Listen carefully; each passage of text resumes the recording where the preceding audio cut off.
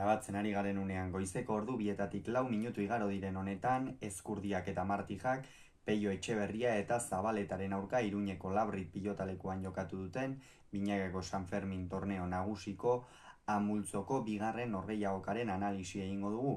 Peio Etxeberria eta Zabaleta ziren favorito eta ez dute hutsik egin 22 eta 18 irabazi ostean.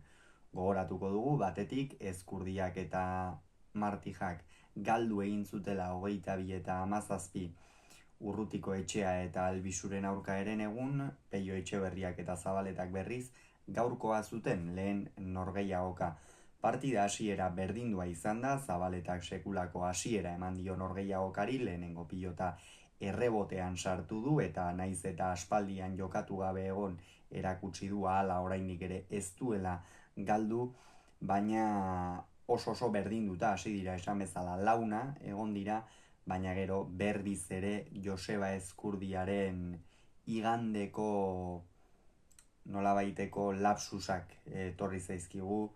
nolabaiteko dejabuak etorri zaizkigu,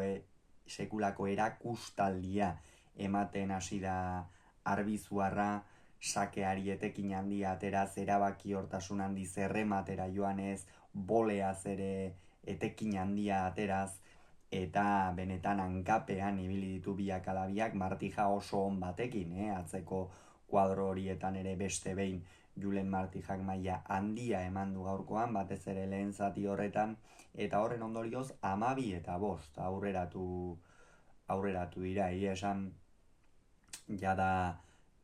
alde handia zen, gainera ikusita Joseba Ezkurdia nola jokatzen ari zen, behar bada batek baino gehiago pentsatuko zuen igandean Elordi eta Rezustari gertatu zitzaiena gertatuko ote zitzaien Etxeberria eta Zabaletari, eta bai, egia da arrisku hori egon dela, izan ere esan bezala Ezkurdia asko jokatzen ari zen, Peio ia abagunerik gabe, defentsan une oro, eta bigarren zatian ere nagusi izan dira, erabat Ezkurdia eta Martija, gainera bigarren zati horretan Peio Etxeberria erabat burumakur ikusi dugu, bai Peio eta bai Zabaleta. Oso burumakur ikusi ditugu, ez zuten inondik inora norgehiagokaren gidoi hori espero, eta Ezkurdiak eta Martikajak eurenean jarraitu dute 17 eta 8 arte. Inor gutxik emango zuen une horretan Etxeberriak eta Zabaletak egin dutena, baina pilota tarteka kapritxosoa ere bada, Uztailaren 7 San Fermin egunez gertatu zen, hain zuzen ere Peio Etxeberriari gertatu zitzaion, 21 eta 10 aritu ziren Etxeberria eta Eskuza irabazten, eta azkenerako Larrazabalek eta Arangurenek buelta eman eta 22 eta 21 galdu zuten, eta benetan horregatik ere pizten du hainbeste pilotak, erakartzen du hainbeste pilotak partidetan zirrara handia egoten delako, eta norgehiagokak aldakorrak ere izan daitezkeelako, baina gero erabat partidaren gidoia aldatu egin da. Joseba Ezkurdiak sakez falta egin du, eta hori hankasartze handia izan da, eta larrutik erabat ordaindu dutena. Gero zer gertatu da, Etxeberriak eta Zabaletak gora egin dutela. Zabaletak egia da ez duela esperotako nagusitasunik erakutsi atzeko kuadro horietan, egia esan Julen Martijak oso ongi eutsi dio oroar, baina bai Joseba Ezkurdia askoz ere gutxiago sartu dela jokoan, beste pilota bat atera dute, horrek ere eragina izan du Joseba Ezkurdia saiesterako garaian, eta Joseba eta Martija berriz hor tanto horrek minikeragarria egin die, eta ondorioz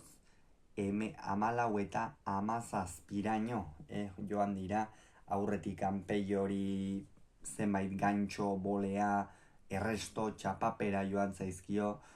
hortik aurrera ordea denak atera zaizkio, eta egia esan meritu handiko markagailuari buelta emateko era izan da Peio Etxeberriarena. Peiok burumakur daramatza edo eman ditu egun dezente, esango nuke aste dezente, gora berandiekin, batetik logikoa den moduan Binakako Mastersean B-serie mailan jarri dute, eta hori Peio Etxeberria bezalako pilotari batentzat sekula ez da zapore honekoa, gero egia da, bai Elordiren aurka eta bai Ezkurdiaren aurka lauterdian bi partida zail aurrera atera zituela, gero ordea Zabalaren aurka nik uste ez zuela alako kolperik espero, 22 eta 13 galtzea gogorra izan zen, eta gainera astelenean beste kolpe gogor bat jaso zuen kasu honetan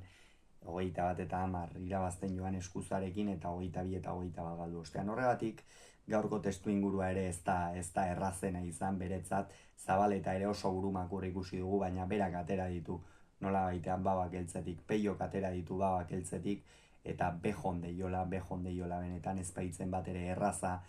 tantoa asko amaitu ditu, sakearekin ere nahasten saiatu da, defentsan ongi erantzun du, eta ondorioz 18 eta 14 atzetik joan badira ere, hortikan aurrerako 8 tantoak eurek egin dituzte, benetan esamezala meritu handikoa, gero hor Julen Martijak ere zaintiratu txiki bat izan du, eskuin izterrean oker espaldimanago horrek ere eragina izan du, logikoki, baina bestela Peio Etxeberriaren lana azpimarratu behar da gaurkoan, Zabaletak hasiera ona eman dio, gero erdi parean naiz eta partidari eutsi eta pilotari eman dion bat gehiago kostatu zaio, baina benetan partida ederra atera du Peio Etxeberriak eta horren ondorioz gainera bizirik daude eta Urrutiko Etxea eta Albisuren aurka jokatuko dute finalean nor izango den erabakiko duen norgehiagoka. Hauxe beraz esan beharrekoa, gogoratu Peio Etxeberriak eta Zabaletako 22, Ezkurdiak eta Martijak 18, Ezkurdia eta Martija San Fermin torneotik kanpo.